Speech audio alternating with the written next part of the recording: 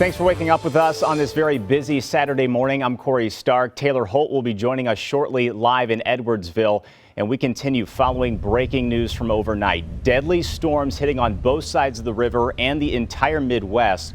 On the left-hand side of your screen, you can see the Amazon warehouse in Edwardsville partially collapsed, and new this morning we have confirmed at least 2 workers are dead.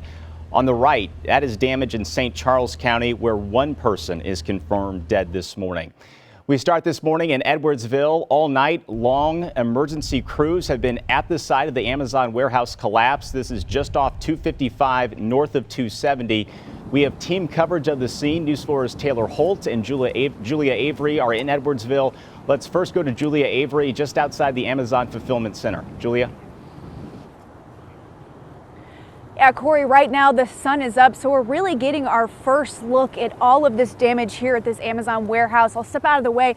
You can see what we think is the front of the building, all of that damage and all of the crews that are here still working. There's also extensive damage to the back of the building.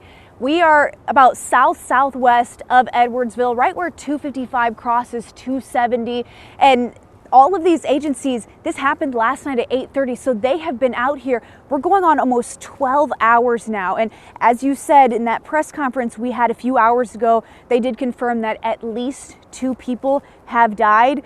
The Edwardsville police chief in that press conference says that there are challenges right now to know how many people are missing, because he said Amazon does not have a set staff. So he's working with Amazon to get a list of names for the search to continue. They said that they have reached out to the governor and they have been approved assistance for the next several days. We do know overnight a bus was able to take some workers to the Pontoon Beach Police Department to reunite some of those people with their families, but there are still people missing and several obstacles this morning for these crews out here. Some of the obstacles that we faced, our first responders have faced since the beginning of this. Initially, there was large amount of a water issue there because of the fire suppression system, as well as power lines that needed to be secured before first responders could actually get into the rubble. Ameren responded and was able to secure those items, and then we had to also request additional assistance from other companies to secure the concrete and the structure there to make it safe for the first responders to go into the site and conduct their searches and their rescues. And so as I said, this happened last night at 8:30 when it was dark. So just in the last hour, they're getting their first real look at this damage. And it's the same for us. We've had crews out here all night, and we're just now that the sun is up noticing, as he was saying, damage to power lines. We're seeing towers down all across here. So extensive damage, and hopefully now that the sun is up, that will help those crews a little bit. And we have team coverage. We know that our Taylor Holt is also here on scene. Taylor, tell us what you're seeing from your view.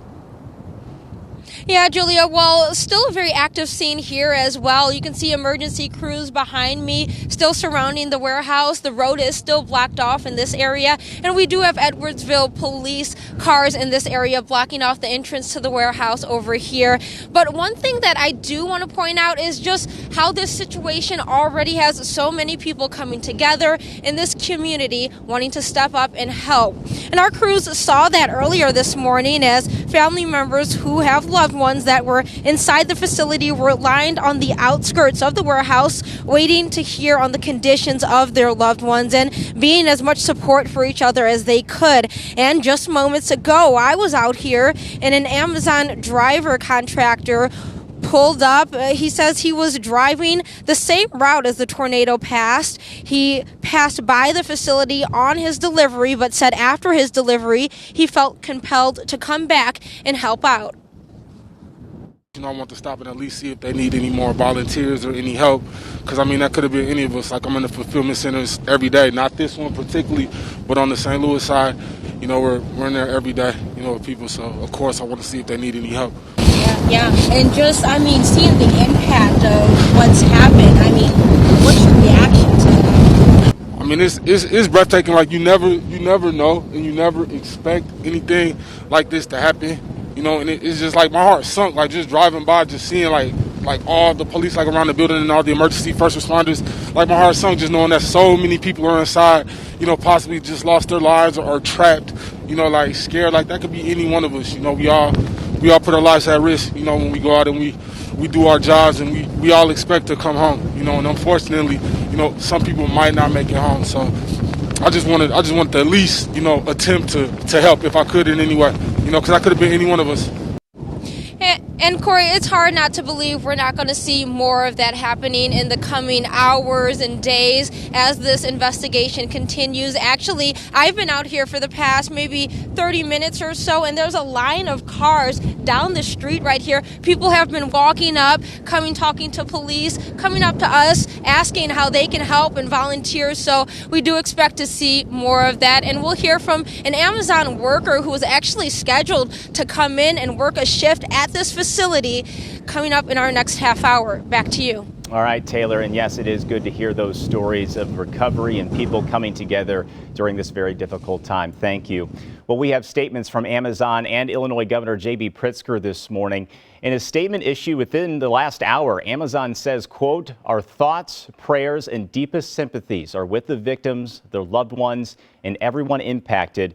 This is a devastating tragedy for our Amazon family, and our focus is on supporting our employees and partners," end quote. And from Governor J.B. Pritzker last night, quote, "My prayers are with the people of Edwardsville tonight, and I've reached out to the mayor to provide any needed state resources. Our Illinois State Police and Ready Illinois are both coordinating closely with local officials, and I will continue to monitor the situation," end quote.